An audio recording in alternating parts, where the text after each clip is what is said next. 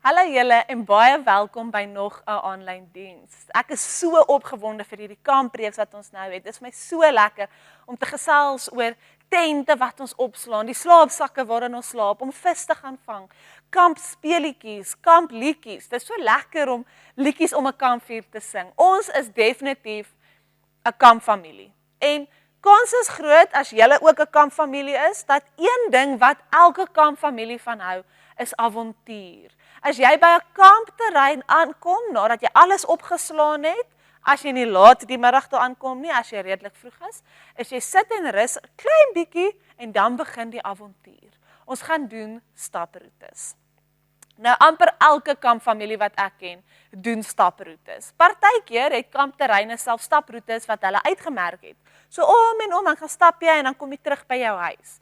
Party kampterreine het glad nie staproetes nie, jy volg jou eie wil. Jy gaan en verken net die wild en luister na die voeltjies wat sing en die besies wat, ek weet nie wat besies maak nie, wat fluit vir ons. En 'n mens gaan net uit en jy gaan doen jou eie staproete, maar almal gaan stap saam en almal kyk wat hulle kan sien en vind in die wild. En so kanse is as jy al in die bos of in 'n woud gaan kamp het, dat jy definitief 'n staproete gaan doen het. Party mense hou selfs daarvan om soos staproetes te volg terwyl hulle perd ry. Ek wil so graag dit doen. Ek het nog nooit nie. En ek weet in die Kaap is daar baie wynplase waar jy kan bly en dan kry jy 'n perd die oggend en dan kan jy op die perd gaan op die wynplaas waar ook al jy wil. Dit is regtig iets unieks, 'n besonderse manier om 'n staproete te volg. En baie mense hou net van doodgewone staproetes waar jy net stap en stap en stap en waar ook al jy eindig daai dag, daar stop jy slaan jou tent op, daar slaap jy en môreoggend pak jy op en jy gaan weer aan. Maar 'n staproete voel vir my amper of dit moet deel wees van 'n kamp. As jy nie 'n staproete volg nie, dan het jy ooit gekamp. Ek dink nie dit tel dan as kamp nie. Maak nie saak watter staproete jy verkies nie, of dit nou die een is wat uitgemerk is, of die een wat jy agter op 'n perd se rug is, of die een wat jy self kies waar jy stap nie. Enige staproete is beter as om by die huis te sit en by die venster uit te staar en geen avontuur te beleef nie. Nou dis wat baie Christene met hulle geestelike lewens doen. Op 'n Sondag gaan hulle kerk toe, hulle het hierdie wonderlike ervaring en dan gedurende die week los hulle geloof by die huis. Dan kom Sondag, gaan hulle geloof uit en hulle ervaar die Here en dan in die week aan bære weer hulle geloof by die huis. Maar dis nie wat die Here van jou en my vra nie. Die Here roep jou en my om uit te gaan, om avontuur te gaan hê in ons geestelike lewe en ander mense van hom te vertel. Ek lees vir julle in Lukas 10 vers 1 tot 3. Die Here het nou 72 ander disippels gekies en hulle in pare vooruitgestuur na al die dorpe en plekkies wat hy wou besoek. Dit was sy instruksies aan hulle. Die oes is so groot, maar die werkers is so min. Bid tot die Here wat in beheer is van die oes en vra dat hy meer werkers in die veld sal stuur. Gaan nou en onthou dat ek julle soos lammers tussen wolwe instuur.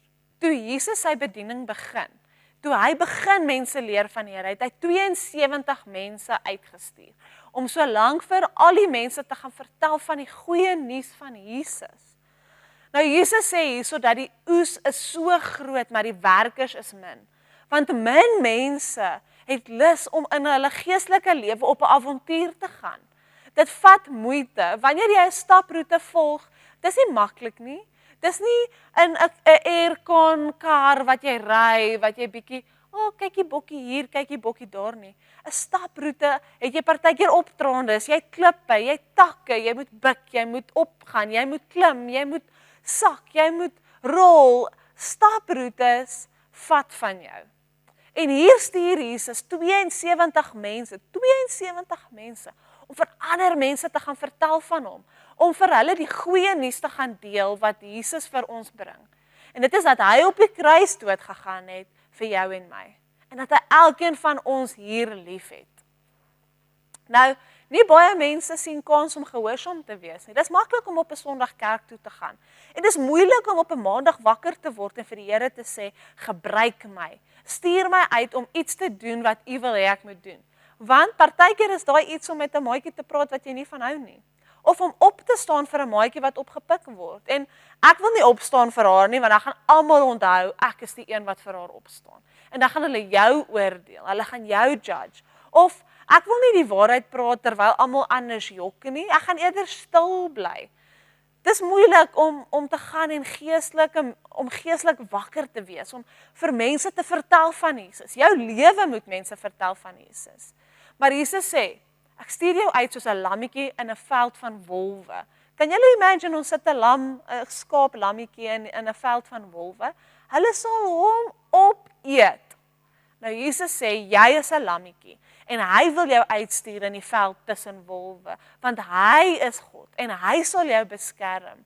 Maar hy wil hê jy moet weet, dit gaan moeilik wees. Daai skaap wat tussen 'n klomp wolwe dis nie maklik nie. Hy gaan nie net die veld geniet nie. Hy gaan baie swaar kry. Dit gaan baie moeilik wees. En partykeer dink ek die skaap gaan voel, hy moet net opgee. Hy moenie meer probeer om die regte ding te doen nie. Maar dis wat die Here ons waarsku. Hy sê die wêreld is vol wolwe. Bly jy net getrou aan die Here en hy sal getrou bly aan jou. So hierdie week gaan uit en vertel mense van die Here. Wees 'n bietjie Jesus vir iemand. Wees net 'n klein stukkie van Jesus vir iemand. Praat die waarheid. Gee liefde wanneer daar nie is nie. Help waar jy kan. En jy mag net dalk daai mense se lewe verander. Kom ons bid saam. Vader, dankie dat U ons wil gebruik om uit te gaan vir mense te vertel van U. Ek bid dat ons hierdie week sal confidence hê, selfvertroue sal hê, dat U ons kan gebruik en dat ons nie sal bang wees om te doen wat U van ons vra nie. Ek bid dit nie in my naam nie, maar in Jesus naam. Amen.